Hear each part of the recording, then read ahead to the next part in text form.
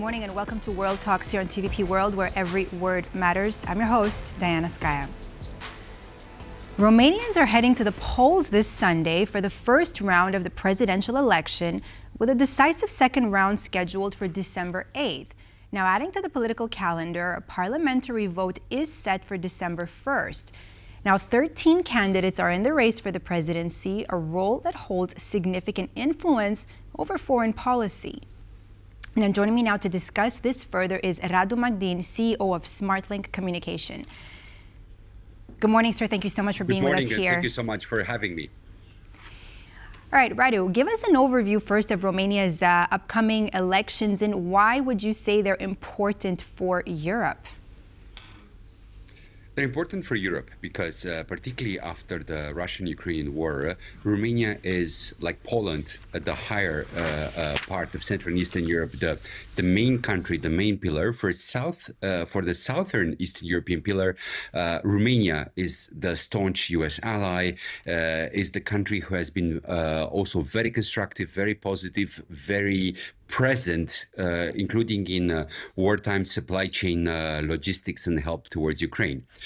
So the fact that Romania has been there, has responded quickly, this is an element which has also brought more attention to us, separate from the wider attention to the region. And of course, since the president of our country is, in terms of constitutional powers, like the Polish president, a pretty strong president, who is the commander of the army, the main person directing foreign affairs and doing judicial nominations, these presidential elections are important. In parallel, we also have parliamentary elections, in the sense that this Sunday we have the first round of presidential elections, then the next Sunday we have parliamentary elections, then the Sunday after that, on the 8th of December, the final second round of presidential elections.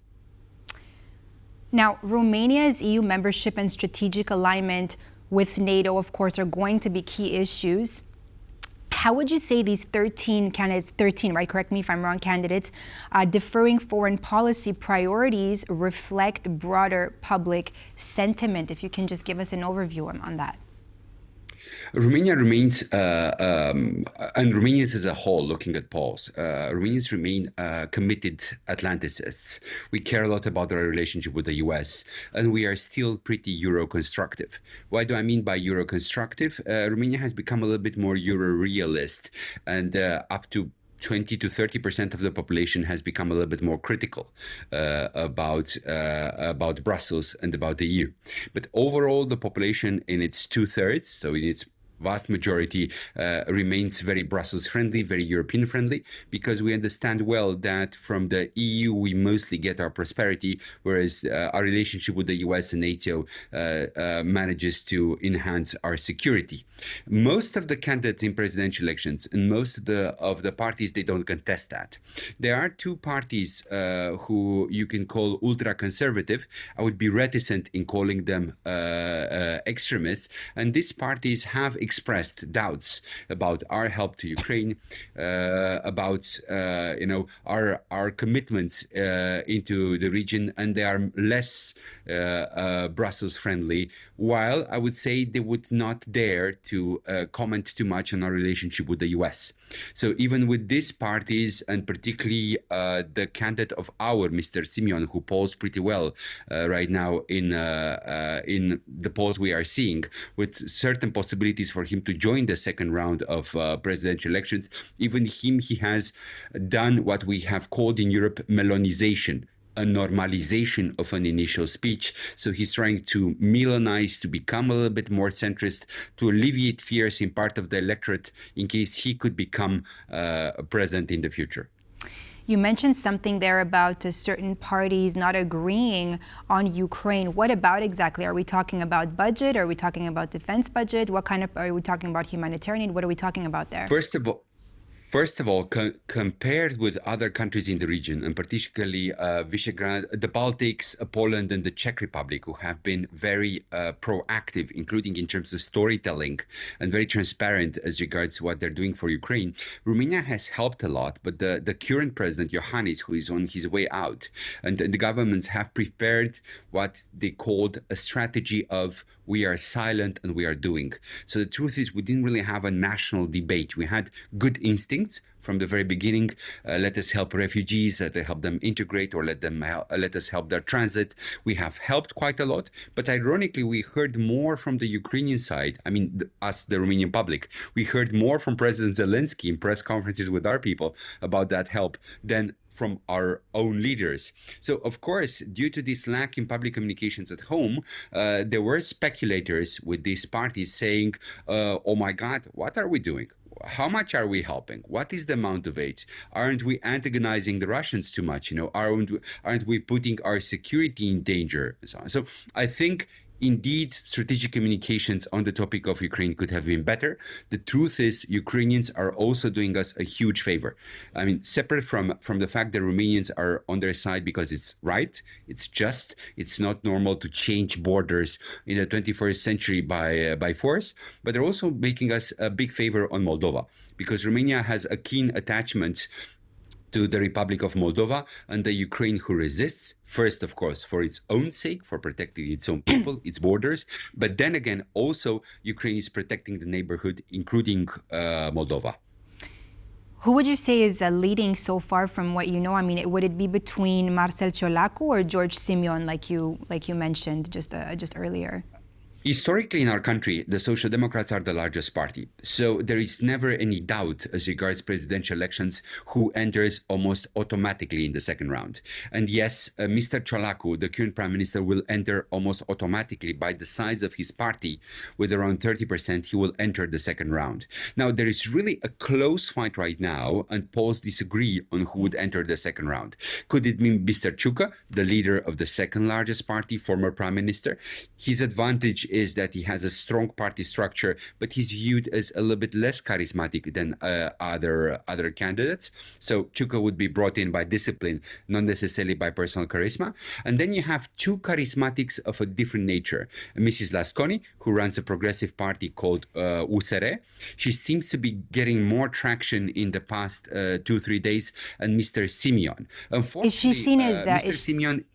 Is Lasconi seen as, I mean, she is the only top, from what I understand, the only female candidate, right, in the top 5 sphere, and she's seen as anti-establishment. Is this something we can say about her? I would say she's mild anti-establishment, because USR has started initially as a progressive but also partially populist message. A lot of the new parties are a little bit populist because they attack the overall political class, but the USR has been into government. Mrs. Lasconi is pretty positive, and I think this is her main pitch, not necessarily her CV or her competence in terms of foreign affairs, which Mr. Joanna, for example, former deputy secretary of NATO, has, but she's as we can see also in the images, a positive face. Mr. Simion has been in the past a less positive face, and he's if we're looking at emotions management, he mostly played on fears, on societal fears or frustrations, on disappointments, but the thing is, right now, there's also a lot of frustration and disappointment in society. Romanian economy is also bitten by inflation, like a lot of other economies globally. So he has a strong pitch as well for the second round. Interestingly, our diaspora, who historically is pretty strong in our relations, is now, if you're looking at the main pillars of our diaspora, split in between our. So our has, and Mr. Simion has gained traction in the diaspora, in particular our blue-collar diaspora, whereas USR with Mrs. Lasconi also remained pretty strong in the diaspora. So it's tight. I wouldn't necessarily venture to already pre-announce who's entering the second round, but because it's really, really tight in between Lasconi, Simion, and Ciucă. Radu, I want to just shift gears here for a moment. Hungary, Austria, Romania, Bulgaria have discussed Romania's accession bid to the Schengen zone. Now, what outcome can we expect? I mean, Romania and Bulgaria have been waiting for full accession for a decade, right? It's true, and our strategies have changed in the past 1.5 years, particularly since we were very surprised by the Austrians, who are number 2 investor in Romania, of suddenly blocking us last year. Historically, we were blocked by the Netherlands, both Romania and Bulgaria, and then we saw a swap. The Netherlands said we are only concerned now about Bulgaria, whereas Austria came in last minute, accusing migration flows, passing through Bulgaria and Romania, whereas in between us, looking at the data, there were more problems coming via the Western Balkans and Hungary to Austria than via our 2 countries, Romania and Bulgaria. Apparently, now that elections in Austria are finished, there is less room also for populism in Vienna, and we are waiting for a positive reply in Budapest today. Why in Budapest? Because under the Hungarian EU presidency, we have a meeting today of the ministers of justice and foreign affairs. So there is a lot of hope. Informally, we analysts, we have been briefed that we're very likely to see us today with a positive decision. So not only Romania and Bulgaria are now in the flights, in the plane, in the aviatic Schengen, but we're also on the maritime Schengen. We're also going to be, very importantly, in the proper terrestrial border Schengen in a few months' time. And Radu, just very briefly, under a minute, because that's how much time we have left, do you see any obstacles or opposition from other member states during this Schengen formalization process? If this happens, I'm sure of course, we can't exclude any scenario, but if this happened, I think these countries and these capitals should be very mindful that Romania has changed quite a lot. And I think Bulgaria may change as well, separate from the political instability that they have seen in the past few years. We have become, like the Visegráds a decade ago, we have become more patriotic. And I think they will be faced with two countries who historically have been very constructive in Brussels, but who may become very upset of these elements of populism and this, this kind of last-minute obstructions. And I don't think it's going to be good for those countries who will be obstructive. I'm putting this in a very nice way. I think we, like Poland in the past under different governments, has known well how to protect its interest and sometimes become a hawk in Brussels. Right. I think some of the Western partners should be mindful about Romania becoming a hawk as well. Thank you so much, Radu Magdin, CEO of SmartLink Communications, for breaking down for us the next presidential elections that are going to take place in Romania. Thank you for being with us here this morning. Thank you. And that's all for this edition of World Talks here on TVP World. I'm Diana Skype. Don't go away. Up next, another interview. Stay tuned.